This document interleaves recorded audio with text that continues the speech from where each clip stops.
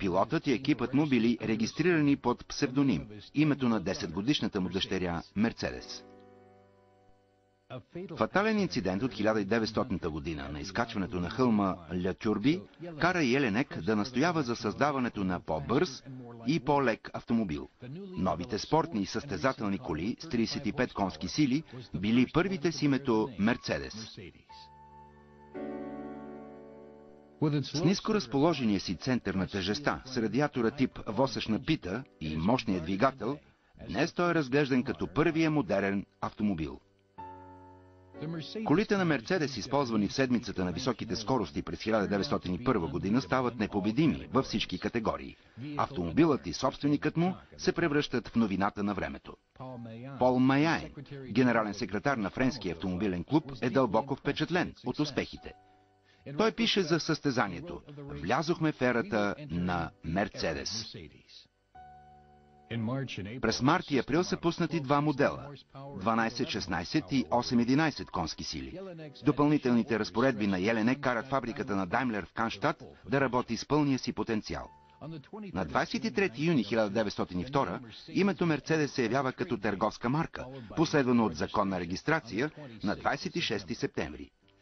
Емил Еленек получава разрешение да се нарече Еленек Мерцедес, като казва: "Това може би е първият случай, когато баща носи името на дъщеря си."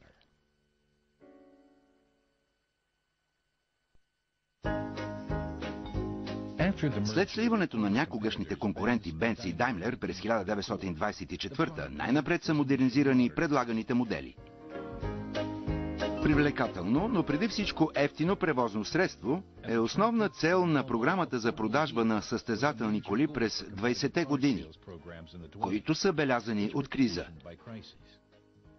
Специално значение се придава на развитието на нов двулитров модел. От 1923 ръководството на Централния инженерен отдел е в ръцете на Фердинанд Порше. Едно от изобретенията му е новият двулитров модел с 838 конски сили.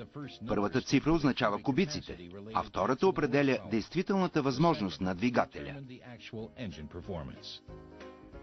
В началото на продажбите през есента на 1926 моделът, наречен V02, се предлага в три различни варианта: открита кола, както и с купе с 2 или 4 врати.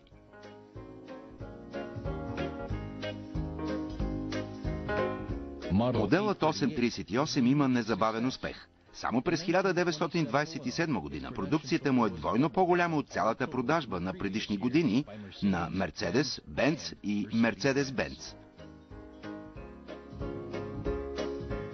С промяната на имената 838 конски сили е преименуван на 838 тип 200 през февруари 1928 година. Подобреният модел се появява през ноември 1928 на автомобилното изложение в Берлин, където предизвиква голям шум под името Штутгарт 200. Между другото, с известни разширения, трицифрените числа още са част от номенклатурата на Мерцедес-Бенц.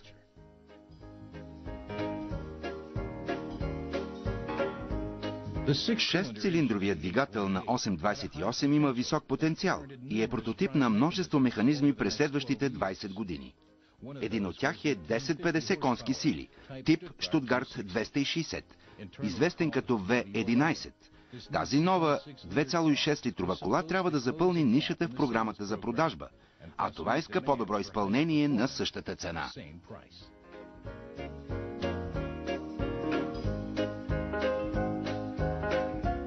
Произведени са 9105 броя от 828 конски сили.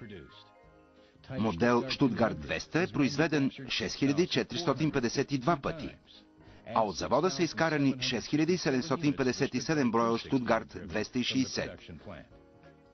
Цифри, които доказват отекващия успех, който моделите V02 и V11 имат за времето си.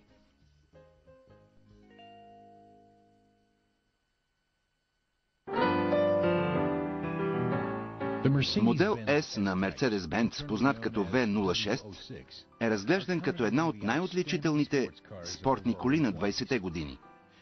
S първоначално означава спортен и е последван от вариации като SS – суперспортен, SSK, което обозначава спортната версия с малки колела, и SSKL за по-леката състезателна версия на последната. Много заможни джентълмени карат техните спортни мерцедеси и при лични нужди, и на състезания, с успех. Първото състезание при откриването на Нюрбургринг на 19 юни 1927 завършва с тройна победа на модел S.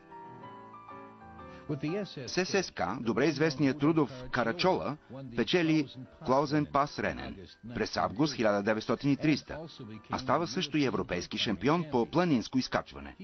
Той има още един забележителен триумф следващата година с по-лекия ССКЛ, като първи чуждестранен пилот на